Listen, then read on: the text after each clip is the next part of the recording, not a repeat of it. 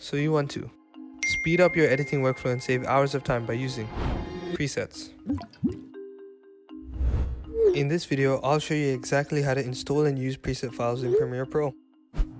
And by the end, you'll be able to instantly apply your favorite effects and save hours of time on every project.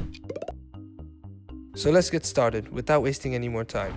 First of all, in order to start, you need to make sure you have a preset you want to install, such as the presets in my Patreon. I'll leave the Patreon link down in the description for those of you wanting to support the channel while getting access to free presets, motion packs, and tons of extra resources. So to get started, open up Premiere Pro and the preset file you want to import. Alright, once inside, head over to the effects panel. Then click on a folder. Right click on it and press import presets.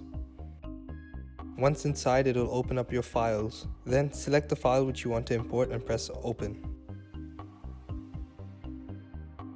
Once you've imported it, you can pick it from your presets menu and drag and drop it onto your timeline or your clip that you want to apply it to.